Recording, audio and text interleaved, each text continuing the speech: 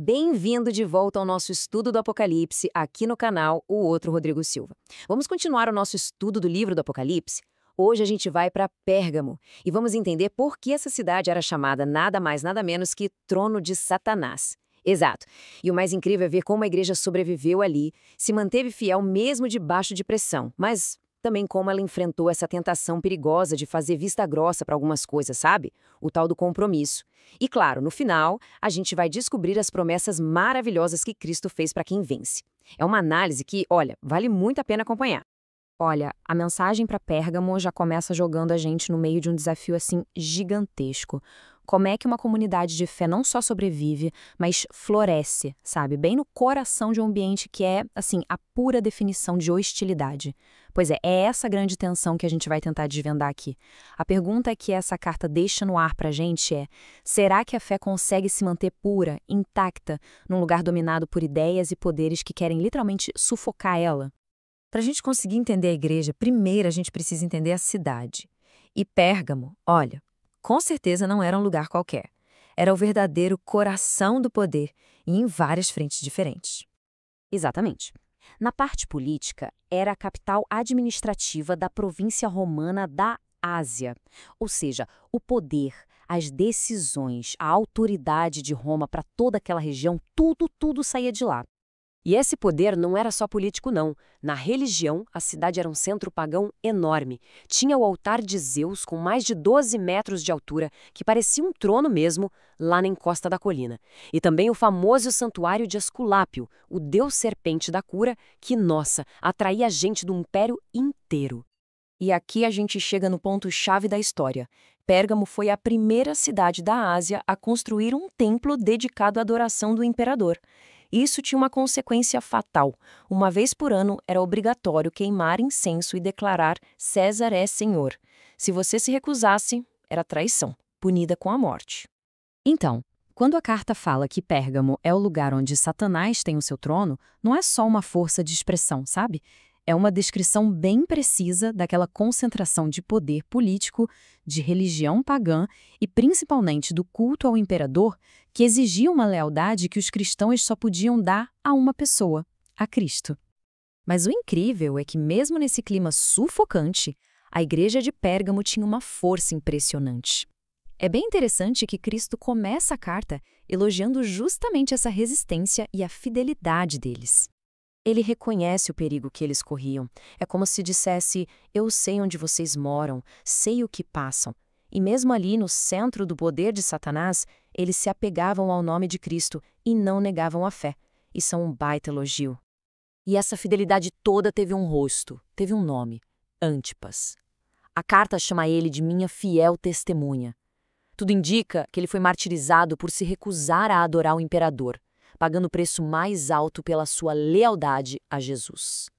E é por isso que a forma como Cristo se apresenta aqui é tão forte. Ele diz que tem a espada afiada de 2 gumes.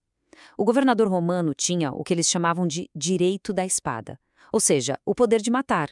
Mas Cristo vem e lembra a igreja de que a autoridade final, a espada que realmente importa, que julga e que salva, pertence a ele. A perseguição que vinha de fora era um perigo claro, visível. Só que tinha outra ameaça, bem mais sutil, crescendo dentro da própria igreja. A tentação de fazer concessões, sabe? De se comprometer um pouquinho aqui, um pouquinho ali, só para facilitar a vida. Exato. Cristo elogia a fidelidade de um monte de gente, mas, logo em seguida, ele aponta uma falha bem grave. A igreja não estava unida nessa. Tinha um grupo ali dentro que estava pegando um atalho muito, mas muito perigoso. O problema era a tal da doutrina de Balaão. Esses falsos mestres, que provavelmente eram os mesmos nicolaítas que a gente já encontrou antes, defendiam um tipo de adaptação inteligente com a cultura local. Eles diziam que, não tinha problema participar dos banquetes nos templos ou ceder à imoralidade para evitar ser perseguido. Era um caminho perigoso. Então a igreja de Pérgamo estava dividida. De um lado, você tinha gente como o Antipas, que se mantinha firme, custasse o que custasse. Do outro, aqueles que seguiam a doutrina do jeitinho, do compromisso, diminuindo os padrões da fé para se encaixar no mundo e não ter problema com ninguém. E diante dessa divisão toda, a mensagem de Cristo não é de passar a mão na cabeça. Pelo contrário, é um chamado urgente, reto e direto para que a igreja tome uma atitude. Olha, essa é uma das advertências mais sérias de todas as cartas. O chamado ao arrependimento é para a igreja inteira, que estava tolerando essa situação. E a ameaça é bem clara. Se não houver mudança, o próprio Cristo vai vir para lutar contra quem está promovendo o erro, usando a espada da sua palavra. E o que isso quer dizer na prática? Primeiro, que a situação exigia uma decisão imediata. Não dava mais para ficar em cima do muro. E segundo, que a arma de Cristo é a sua palavra, que coloca tudo às claras e julga. O juízo estava batendo na porta, e a única saída era uma mudança de verdade, completa. Mas como sempre acontece, a mensagem não termina em julgamento. Ela termina com uma promessa gloriosa para quem vence, para quem resiste tanto à pressão de fora quanto à tentação que vem de dentro. E a promessa é tríplice e cheia de significado. Para aqueles que se recusavam a comer a comida dos ídolos, Cristo promete o maná escondido, o alimento que vem do céu. No lugar do certificado romano, ele dá uma pedra branca, que é símbolo de vitória e de acesso ao banquete celestial. E nessa pedra, um novo nome, uma nova identidade e honra que vem direto de Deus.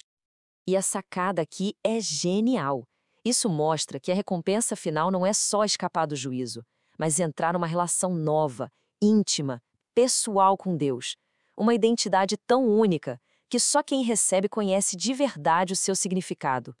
A mensagem a Pérgamo nos deixa essa lição poderosa sobre a batalha constante entre ser fiel e fazer concessões. Mas a nossa jornada pelas 7 igrejas do Apocalipse ainda não acabou, não. No nosso próximo encontro, a gente vai analisar a carta mais longa de todas, que é a mensagem para a igreja de Tiatira. Uma igreja que tinha grandes qualidades, mas que tolerava um problema gravíssimo bem no meio dela. Você não pode perder. Se ainda não se inscreveu, aproveita e já se inscreve no canal para continuar essa jornada com a gente. Não esquece de deixar o seu like, que ajuda muito a gente, e de compartilhar essa análise com seus amigos. Até a próxima!